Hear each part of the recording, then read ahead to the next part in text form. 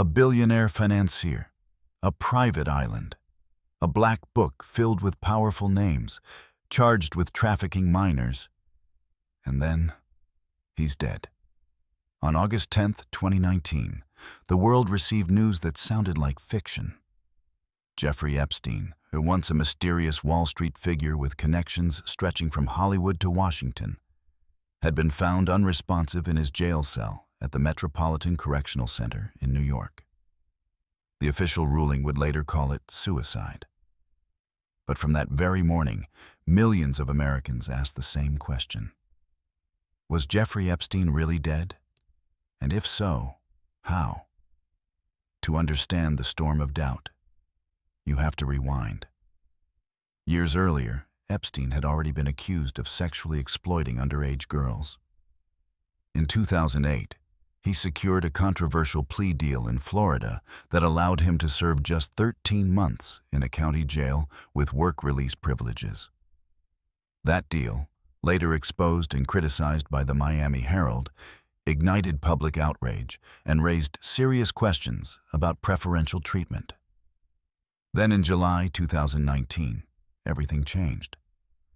Federal prosecutors in the Southern District of New York arrested Epstein at Teterboro Airport in New Jersey. According to the New York Times and BBC News, authorities discovered hundreds of photographs of young girls in his Manhattan townhouse. He was charged with sex trafficking conspiracy and trafficking minors. The case wasn't just about one man. It threatened to expose a network. Epstein's known associates included former President Bill Clinton, Britain's Prince Andrew, and even connections, though denied, linked socially to figures like Donald Trump. His private jet, later nicknamed by media as the Lolita Express, allegedly transported elites across continents. And then there was his island, Little St. James in the U.S. Virgin Islands, a secluded paradise that investigative journalists from outlets like the Washington Post described as the center of disturbing allegations. The stakes were enormous. If Epstein went to trial, testimony could implicate some of the most powerful people on earth. He pleaded not guilty, and then, just weeks later, on July 23, 2019, Epstein was found injured in his cell with marks on his neck. Officials suspected a possible suicide attempt. He was placed on suicide watch. But here's where the questions begin. Suicide watch in federal custody involves strict protocols, regular checks, constant monitoring, removal of objects that could be used for self-harm. Within days, he was taken off suicide watch. Why? Officials later stated that psychological evaluations determined he no longer met the criteria. But reports from the Washington Post revealed inconsistencies in how closely he was being monitored. On the night of August 9, 2019, Epstein was housed in a special housing unit. He was supposed to have a cellmate. That night, he did not. 2 correctional officers were assigned to monitor the area. According to court documents and reporting by the New York Times, those officers allegedly failed to perform required 30-minute checks. Instead, they later admitted to falsifying records. The cameras? Some malfunctioned. At approximately 6:30 a.m. on August 10th, Epstein was discovered unresponsive.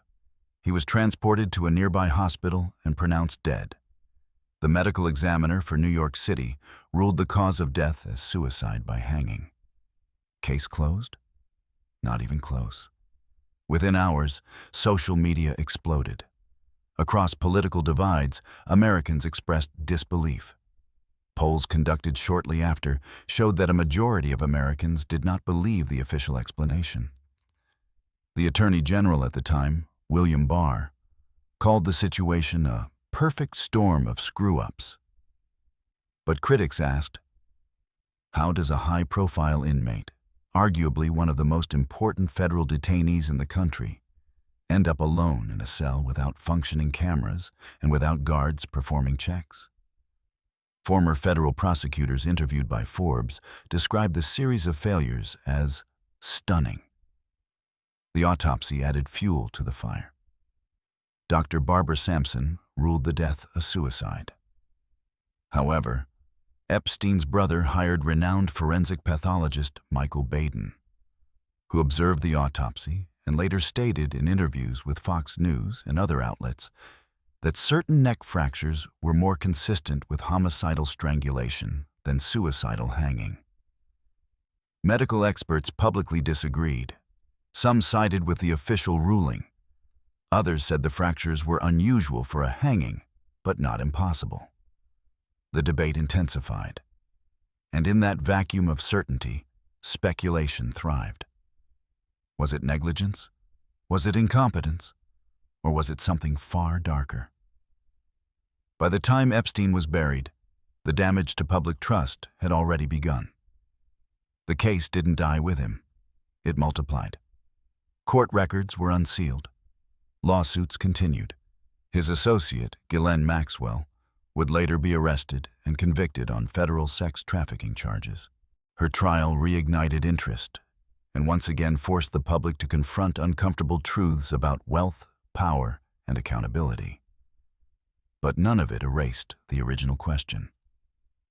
How does a man at the center of one of the largest sex trafficking investigations in modern American history die in federal custody? And why does the story still feel unfinished? In the next part, we examine the autopsy in greater detail, the broken cameras, the guard failures, and why forensic experts remain divided to this day. Because whether Jeffrey Epstein died by his own hand or someone else's, the unanswered questions continue to haunt the American public. The morning after Jeffrey Epstein was pronounced dead, the story should have begun to settle. Instead, it accelerated. News alerts flashed across the United States. Major outlets from the New York Times to ABC News confirmed what federal officials were saying. The 66-year-old financier had been found hanging in his cell at the Metropolitan Correctional Center in Manhattan. The official narrative was clear. But clarity did not equal certainty. Within hours, something unusual happened. Americans from every political background, left, right, and center, publicly questioned the explanation. Social media platforms were flooded with disbelief. Cable news panels turned from reporting the death to dissecting it. Because this wasn't just any inmate.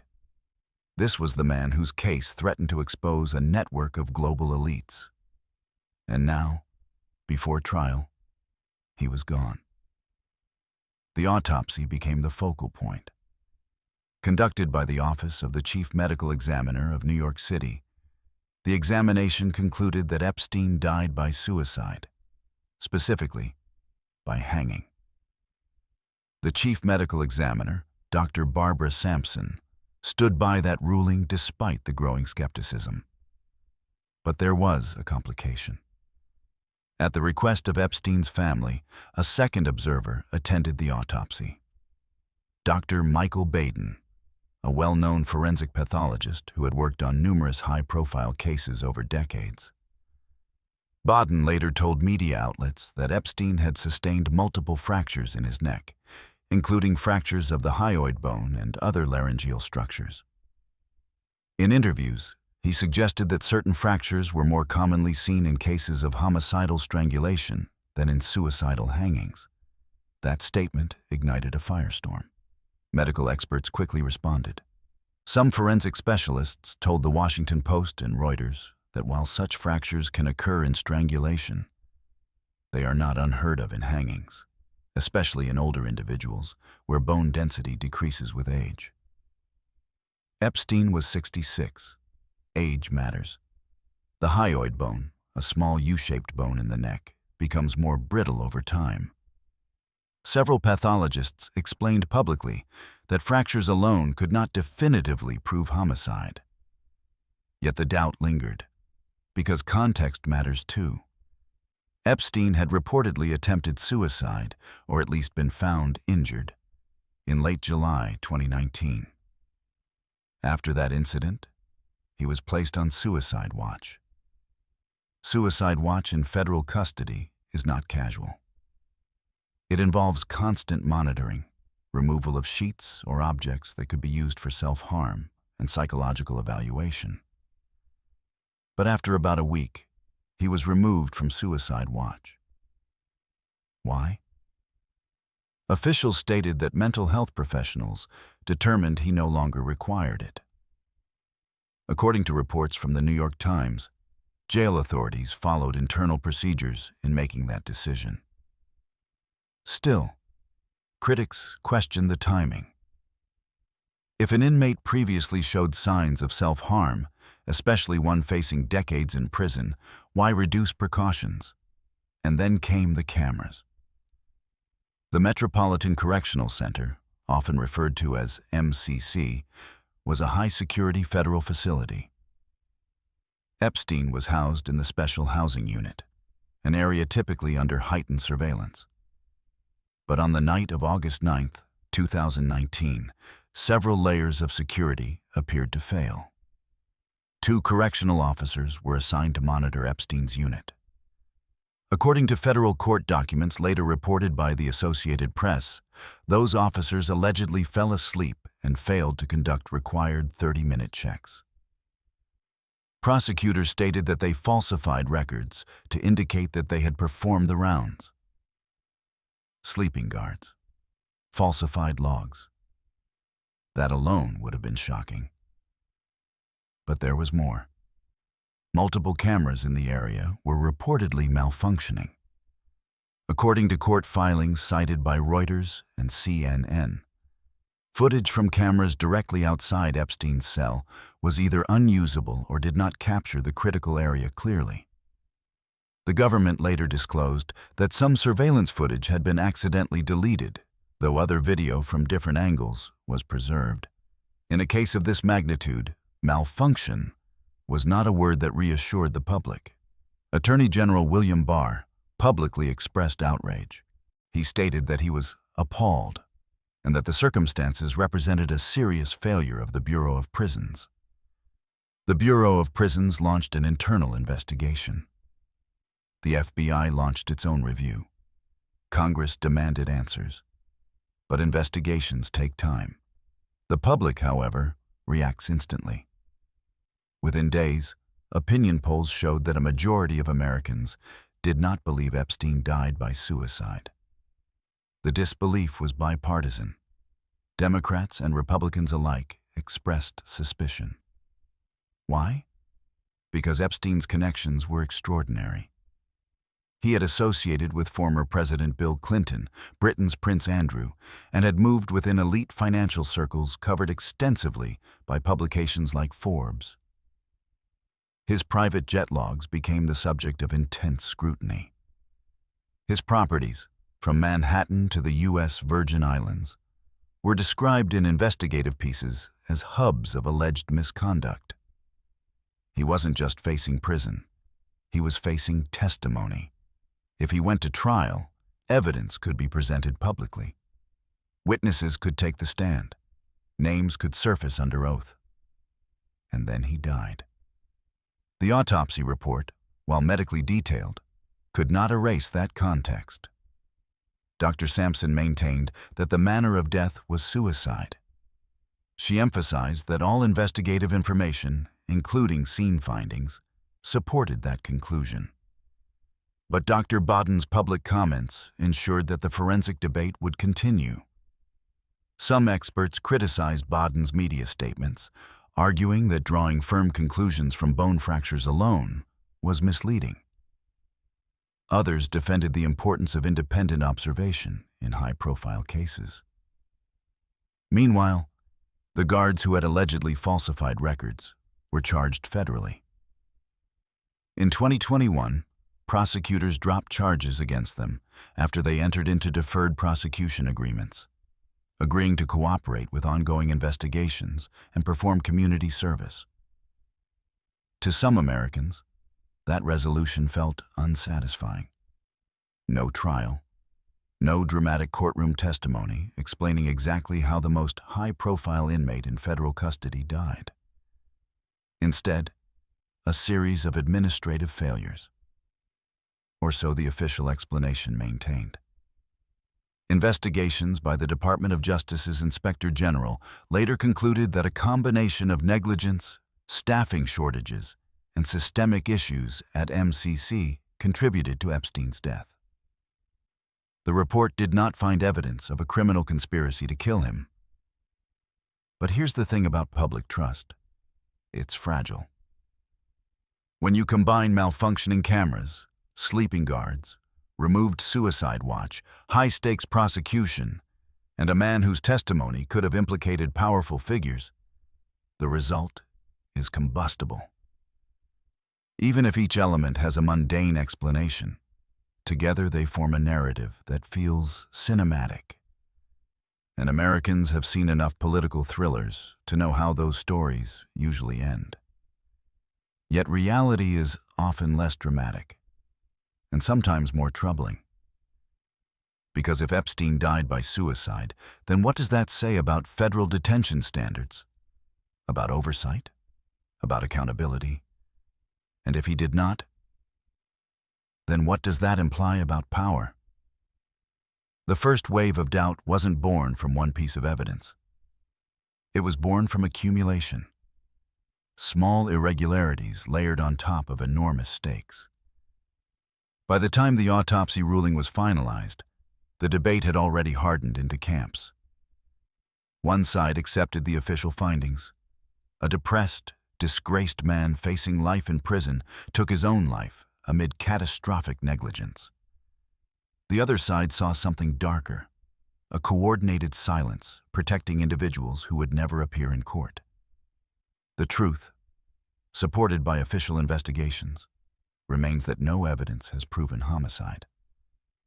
But the shadow of doubt persists, because when a man who knew so much dies before he can speak under oath, the silence becomes deafening.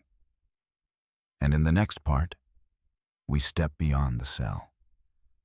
We look at the network, the billionaires, the politicians, the royalty, the business leaders.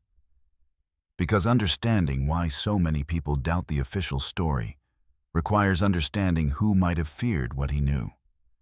And that story is even more explosive. Before his death, Jeffrey Epstein wasn't just a wealthy financier. He was a connector, a man who, despite lacking a traditional Wall Street resume or a publicly transparent source of immense wealth, moved effortlessly between presidents, princes, tech moguls, academics, and billionaires. Profiles in publications like The New York Times, Vanity Fair, and Forbes repeatedly described the same phenomenon. Epstein had an extraordinary ability to insert himself into elite circles. And that is where the power network begins. In the 1990s and early 2000s, Epstein cultivated relationships with some of the most influential figures in American politics and global society. Photographs and flight logs, later published in court documents, showed former President Bill Clinton traveling on Epstein's private jet on multiple occasions. Clinton's representatives have stated that he cut off contact with Epstein long before the 2019 arrest and that he was unaware of Epstein's crimes. Then there was Prince Andrew, a senior member of the British royal family at the time. Their association became one of the most scrutinized relationships after Epstein's arrest. A widely viewed 2019 interview Andrew gave to the BBC attempted to explain his friendship with Epstein. But the appearance was broadly criticized in the UK and US media. Andrew later stepped back from royal duties. In 2022, he reached a civil settlement with Virginia Giuffre, one of Epstein's accusers, without admitting wrongdoing. In New York social circles, Epstein was seen at events with business leaders and philanthropists. He had previously interacted socially with Donald Trump during the early 2000s. Particularly within Palm Beach and Manhattan elite gatherings. Trump later publicly stated that he had not spoken to Epstein in years and distanced himself after the 2019 arrest. The names alone were enough to electrify public curiosity. But what made Epstein different from a typical wealthy donor or socialite was access. He wasn't simply attending galas. He hosted private dinners at his Manhattan townhouse, a mansion reported by the New York Times to be one of the largest private residences in Manhattan. Scientists, Nobel Prize winners, tech founders, and financiers reportedly gathered there. Epstein positioned himself as a patron of science and education, donating to institutions like Harvard University and courting high-profile academics. To some, he appeared as a mysterious philanthropist fascinated by transhumanism and elite genetics. To others, he was a man buying legitimacy. And then there was Little St. James. Epstein's private island in the U.S. Virgin Islands became central to media investigations after 2019. Former employees and accusers described it as a secluded environment where alleged abuse occurred away from public scrutiny. The island, accessible by private plane or boat, amplified the secrecy surrounding his operations. Flight logs became a focal point. Media outlets obtained records showing numerous powerful individuals had flown on Epstein's aircraft over the years. Being listed in a flight log did not imply criminal activity, but in the court of public opinion, association alone became explosive. That's the core of the power network controversy. Association versus implication. Epstein was skilled at proximity. He cultivated powerful acquaintances across political parties and continents. He attended events with billionaires from Silicon Valley, hedge fund managers from Manhattan, and global figures in Europe and the Middle East. Some described him as socially awkward but persistent. Others portrayed him as charming and calculated. Profiles suggested he leveraged introductions strategically. One handshake leading to another, one dinner invitation opening doors into more exclusive rooms. After his 2008 plea deal in Florida, many expected his access to dry up. It didn't. Despite being a registered sex offender, Epstein was still photographed with influential individuals years later. This continuity became one of the most disturbing elements for the public.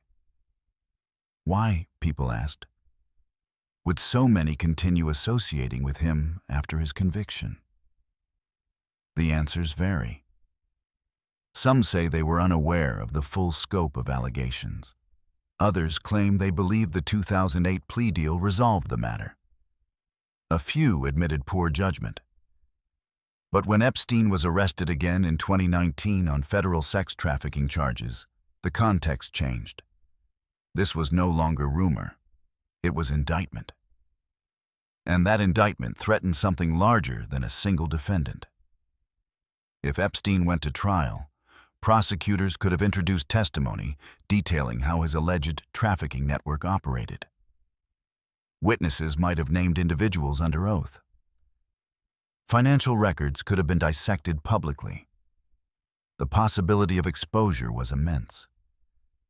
It's important to emphasize, no official investigation has concluded that a coordinated effort by powerful associates caused Epstein's death. The Department of Justice Inspector General report found systemic failures and negligence, not evidence of homicide orchestrated by elites. Yet perception operates differently than court findings. To millions of Americans, the idea that Epstein, who knew secrets about billionaires, politicians, and royalty, died before testifying felt too convenient. In an era already defined by declining trust in institutions, this case became symbolic. Symbolic of wealth-shielding consequences. Symbolic of insider privilege. Symbolic of a justice system that appears harsher on the powerless than the powerful. The power network wasn't just about names in a contact book. It was about influence. Epstein donated to political campaigns across party lines. He invested in hedge funds. He cultivated academics. He appeared to straddle worlds that rarely intersect: science labs and private islands, presidential foundations, and secluded Caribbean properties. That unusual blend intensified suspicion, because when someone operates at the intersection of money, politics, and royalty, their downfall doesn't feel isolated. It feels systemic. And when that person dies in federal custody under controversial circumstances, the questions multiply. Did anyone fear what he might reveal? Did anyone pressure anyone? Or was it simply a disgraced man confronting the collapse of his empire? The truth, based on official findings, remains that no evidence has proven a conspiracy involving the elites he once associated with. But doubt does not require proof to survive. It requires narrative. And Epstein's story contained all the ingredients of a political thriller: private jets, secret islands, powerful friends, sealed documents, and a death that arrived before testimony. In the next part, we move deeper into the missing pieces: the sealed records, the black book, the documents still hidden from public view. Because in a case like this, sometimes what isn't seen fuels the fire more than what is. And the fire is far from extinguished. When Jeffrey Epstein died, the story didn't end. It fragmented. Because in high-profile criminal investigations, especially those involving wealth and power, the courtroom becomes the stage where secrets are forced into daylight. But Epstein never made it to trial. And without a trial, there was no full public presentation of evidence, no cross-examinations under oath, no televised unraveling of connections. Instead, what remained were fragments: flight logs, contact books, sealed filings, redacted documents. And in those fragments, suspicion found oxygen. The phrase flight logs quickly became synonymous with mystery.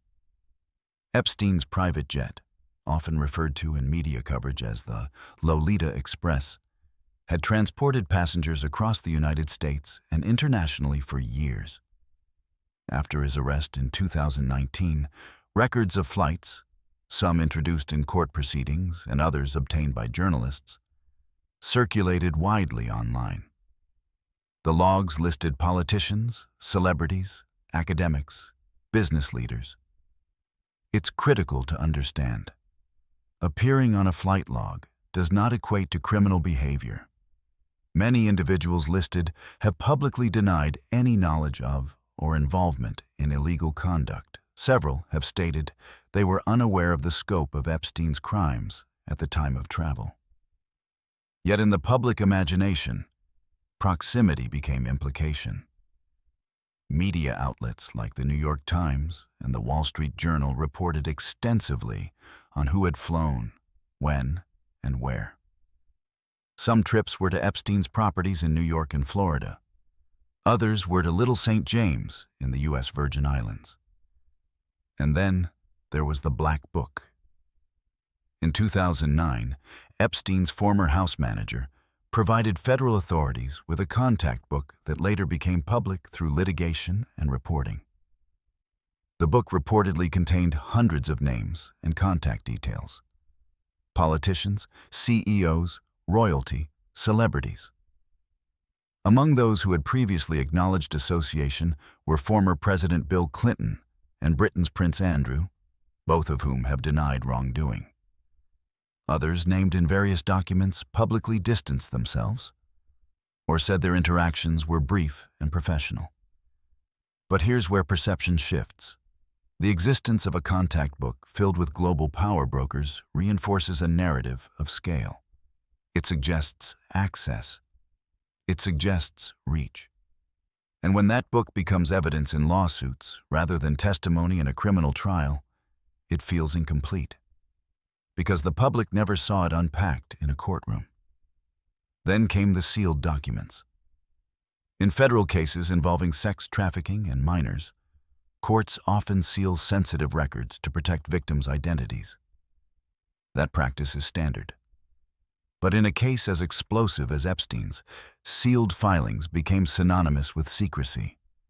In the years following his death, litigation involving his associate Ghislaine Maxwell led to waves of document unsealing.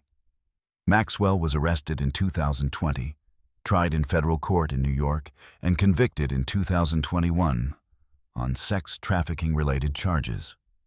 During her trial, testimony described recruitment tactics, abuse, and the inner workings of Epstein's social world. Yet even Maxwell's conviction did not answer every question. Names were mentioned in court, others were redacted. Some documents remained under seal to protect victims and ongoing legal matters. Each release of documents reignited headlines. Each redaction sparked online speculation. Because when parts of a story are hidden, however legitimately, it creates a vacuum. And vacuums invite narratives. Another focal point: surveillance footage. As previously reported by outlets like Reuters and CNN, certain camera recordings from the Metropolitan Correctional Center were either unusable or not preserved. While investigations concluded there was no evidence of tampering intended to conceal homicide, the fact that footage was missing or malfunctioning became one of the most repeated talking points among skeptics. To many Americans, it didn't matter whether the cause was negligence or conspiracy. The effect was the same.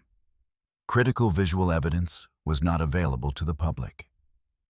And in an age where nearly every event is recorded, the absence of footage feels louder than footage itself. Financial records also entered the conversation. Epstein managed money for ultra-wealthy clients, yet details about the full source of his fortune remained opaque. Reporting from Forbes estimated his net worth at over $500 million at the time of his death. But questions persisted about how he accumulated such wealth and who exactly entrusted him with their assets. Without a trial, financial disclosures that might have surfaced in court remained limited to investigative journalism and civil proceedings. Then there were plea agreements. Epstein's controversial 2008 non-prosecution agreement in Florida, negotiated by then U.S. Attorney Alexander Acosta, shielded him from more severe federal charges at the time. Years later, Acosta, who became Secretary of Labor under Donald Trump, resigned amid renewed scrutiny over the deal. That agreement itself became symbolic of systemic protection. When Epstein died before facing a second federal trial, many Americans viewed it as a continuation of that pattern. But here's the critical distinction. Multiple federal investigations, including a detailed review by the Department of Justice Inspector General, concluded that while there were severe failures in jail protocol, they did not find evidence of a coordinated plot to kill Epstein. Yet official conclusions do not erase cultural suspicion, especially when key documents remain partially sealed, especially when high-profile names appear in contact lists, especially when a man positioned at the crossroads of billionaires and presidents dies before testifying. Transparency became the demand. Victims' advocates pushed for greater disclosure. Journalists filed motions to unseal court records. Judges weighed privacy against public interest. Each unsealed page offered pieces, but not a singular, cinematic revelation. And perhaps that's what unsettled people most. There was no dramatic exposé moment. No single document that confirmed a sweeping conspiracy. Just a mosaic of associations, allegations, negligence, and silence. The missing evidence narrative thrives not because of one definitive gap, but because of cumulative opacity. In a digital era where information flows instantly, anything withheld, even for legitimate legal reasons, appears suspicious. Flight logs showed access. The black book showed reach. Sealed documents showed restraint. Together, they formed a puzzle without a complete picture. And when puzzles remain unfinished, the human mind fills the gaps. In the next part, we confront the explosion of theories that followed. Claims that Epstein faked his death, that he was silenced, that global elites orchestrated the unthinkable. Because once doubt takes root, it rarely stays contained. It evolves. And the evolution of this story may be even more powerful than the facts themselves. The moment the official announcement was made, the internet detonated. Jeffrey Epstein was dead. Before investigators had finished processing the scene, before the autopsy was complete, before reports had fully stabilized, millions of Americans were already asking a different question. What if he isn't? Conspiracy theories did not slowly emerge. They erupted. Within hours, hashtags trended across platforms. Memes spread faster than verified reporting. Influencers, commentators, and anonymous accounts dissected every available detail. In a rare cultural phenomenon, people from across the political spectrum united around skepticism. The phrase "Epstein didn't kill himself" became a viral slogan, appearing on social media, late-night talk shows, protest signs, even printed on merchandise. Why? Because the circumstances felt cinematic. A billionaire accused of trafficking minors, connections to former President Bill Clinton, social ties to Donald Trump in earlier years, a friendship with Prince Andrew that would later shake the British monarchy, a private island, a mysterious fortune. And then, just weeks before trial, he dies in federal custody amid malfunctioning cameras and sleeping guards. It was almost too narratively perfect. And when reality resembles a political thriller, people start searching for plot twists. The first wave of conspiracy centered on homicide. The theory: Epstein was silenced. Proponents argued that he possessed damaging information about powerful individuals and that his testimony could have destroyed reputations or even governments. They pointed to the timing of his death, the alleged guard negligence, and the camera failures as evidence of orchestration. But official investigations, including the Department of Justice Inspector General's report, found no evidence of a coordinated plot to kill him. Instead, they described systemic failures, staffing shortages, and negligence inside the Bureau of Prisons. For many Americans, that explanation felt insufficient. Because incompetence on that scale, involving one of the most high-profile inmates in the country, seemed implausible. And when people struggle to accept incompetence, they often default to intention. Then came the survival theories. These were even more dramatic. According to some online narratives, Epstein had staged his death. He had allegedly been smuggled out of the Metropolitan Correctional Center and relocated to another country, Israel, Russia, or a remote island, under a secret agreement. Photos of unrelated men in distant locations circulated with captions claiming they showed Epstein alive. Facial recognition comparisons spread across YouTube. Body double theories trended.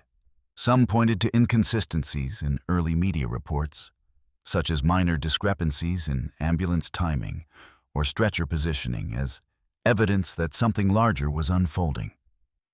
But no credible investigation has supported the claim that Epstein survived. The New York Medical Examiner's Office conducted the autopsy. Independent observers were present. Federal authorities confirmed identification procedures. Still, survival theories persisted. Because conspiracies are rarely about evidence, they are about trust. And trust in institutions has been declining in the United States for years. According to multiple national polls conducted after Epstein's death, a majority of Americans expressed doubt about the official suicide ruling. That doubt crossed party lines. When distrust is bipartisan, it becomes cultural. Epstein's case became a symbol. To some, it symbolized elite protection. To others, government incompetence. To still others, media manipulation. Online communities began constructing elaborate webs connecting Epstein to intelligence agencies. Some speculated he had been operating as an asset, gathering compromising material on powerful figures for leverage. Again, no official findings have substantiated those claims. But the absence of a trial left a void. In criminal proceedings, trials provide narrative closure. Evidence is introduced publicly. Witnesses are questioned. Defense and prosecution arguments collide. Without that process, the Epstein story lacked a definitive public reckoning. And in that vacuum, imagination flourished. Algorithms amplified the most dramatic interpretations. YouTube videos dissected neck fractures frame by frame. Podcasts speculated about blackmail rings. Reddit threads analyzed satellite images of Little St. James. TikTok creators condensed the entire saga into 60-second montages layered with ominous music. The case became not just a legal matter, but a digital phenomenon. Even mainstream comedians and late-night hosts repeated the phrase, "Epstein didn't kill himself," turning suspicion into punchline. When conspiracy becomes comedy, it becomes normalized. And normalization embeds it deeper into culture.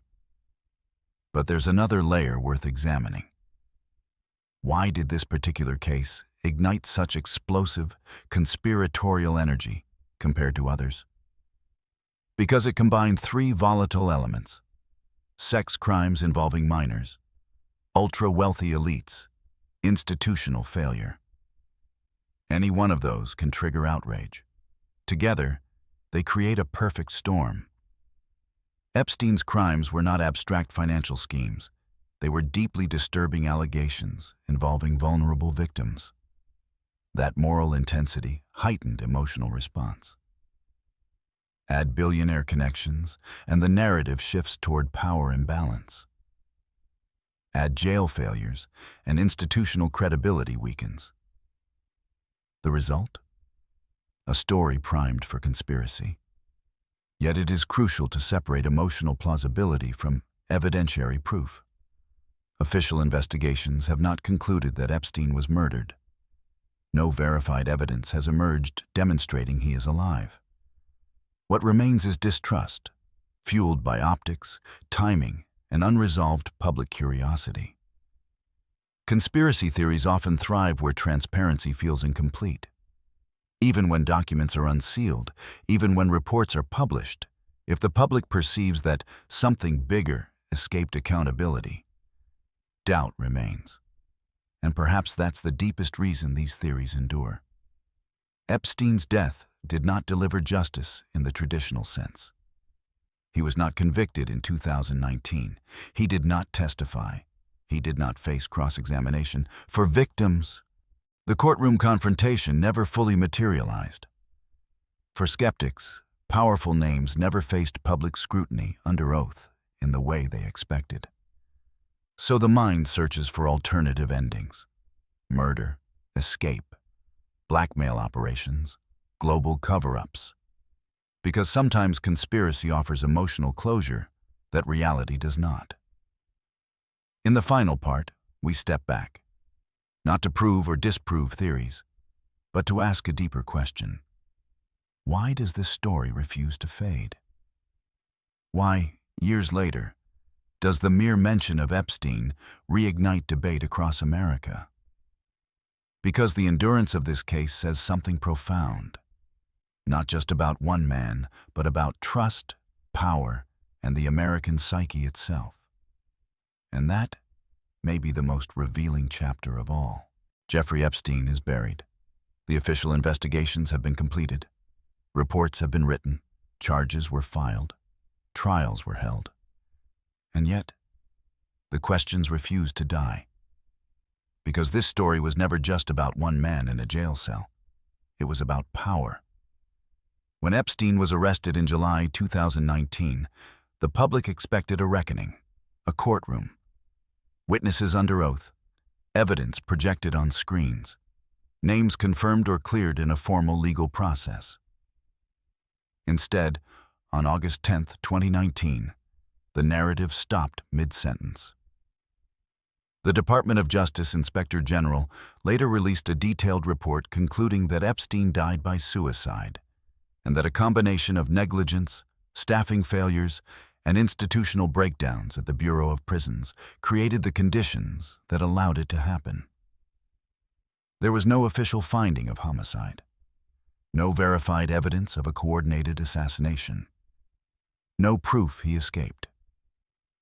But official findings do not always translate into public belief, because belief is shaped not only by evidence, but by experience. And many Americans feel they have watched powerful individuals avoid accountability before. Epstein's earlier 2008 plea deal in Florida, widely criticized after renewed reporting by major outlets, remained fresh in the public mind. That deal, negotiated years before his 2019 arrest, allowed him to serve a relatively short sentence despite serious allegations. When he died before facing federal trial the second time, it reinforced a pattern in the eyes of many. Power bends consequences. Then came the conviction of Ghislaine Maxwell in 2021. Her trial in federal court detailed recruitment tactics, abuse, and the inner workings of Epstein's circle. She was sentenced to prison. But even that verdict did not close the chapter, because Maxwell's conviction answered part of the how, but not fully the who else. Civil lawsuits continued. Documents were unsealed in phases. Redactions remained to protect victims and unrelated individuals. Each document released triggered headlines. Each redaction triggered speculation. The American public had expected a singular explosive revelation. Instead, they received a slow drip of legal disclosures. And in the absence of a dramatic climax, the narrative lingered. There's another reason the questions endure. Epstein's story intersected with figures across political lines. Former President Bill Clinton acknowledged having flown on Epstein's plane, but denied any knowledge of wrongdoing. Donald Trump publicly distanced himself from Epstein after the arrest, stating they had not spoken in years. Prince Andrew stepped back from royal duties and later reached a civil settlement without admitting liability. When a scandal touches multiple power centers, Democratic, Republican, royal, financial, it stops being partisan. It becomes systemic. And systemic distrust is far harder to extinguish. The case also unfolded during a time of heightened skepticism toward institutions, media, government, law enforcement, corporations. Epstein's death became a symbol. To some, it symbolized elite protection networks. To others, catastrophic bureaucratic incompetence. To others still, it symbolized a justice system that struggles to hold the ultra-wealthy fully accountable. Symbols are powerful because they outlive facts. Even after reports conclude and legal cases close, symbols persist in cultural memory. The phrase, "Epstein didn't kill himself," evolved from suspicion into shorthand for institutional doubt. It became a meme, then a political statement, then a cultural reference point. And here's the paradox. The more officials insisted the case was closed, the more some people felt it wasn't. Because closure in the legal sense does not always create closure in the emotional sense. Victims received settlements through the Epstein Victims Compensation Program. Maxwell was sentenced. Investigations documented failures at the Metropolitan Correctional Center. But there was never a trial where Epstein himself faced cross-examination. There was never a public unraveling of every financial relationship. There was never a moment where the most powerful figures connected socially to him were questioned under oath in a criminal courtroom about their knowledge. That absence became the story. It's important to state clearly. No credible evidence has proven that Epstein was murdered or that he escaped custody. Multiple official reviews found severe negligence, but no conspiracy. Yet the endurance of the suspicion reveals something deeper about modern America.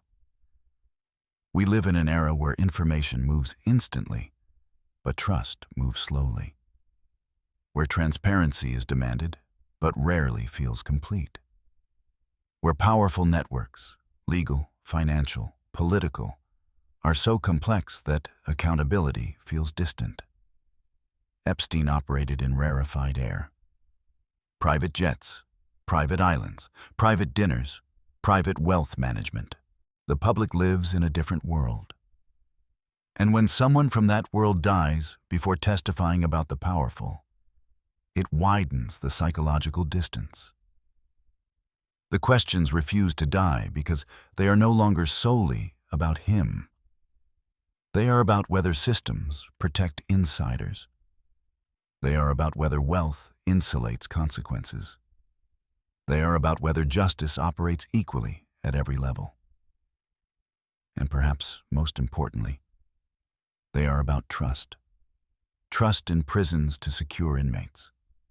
Trust in prosecutors to pursue cases fully. Trust in institutions to disclose truth without fear or favor. When trust weakens, even mundane explanations sound suspicious. Negligence feels intentional. Malfunction feels orchestrated. Silence feels strategic. Epstein's death exists at the crossroads of those perceptions. Years later, documentaries are still produced. Podcasts still dissect details. Online forums still debate autopsy findings and flight logs. Because unresolved narratives echo. If there had been a public trial, perhaps belief would have settled, even if it disappointed. But there was no trial. Only reports, only conclusions, only absence. And absence is fertile ground for doubt.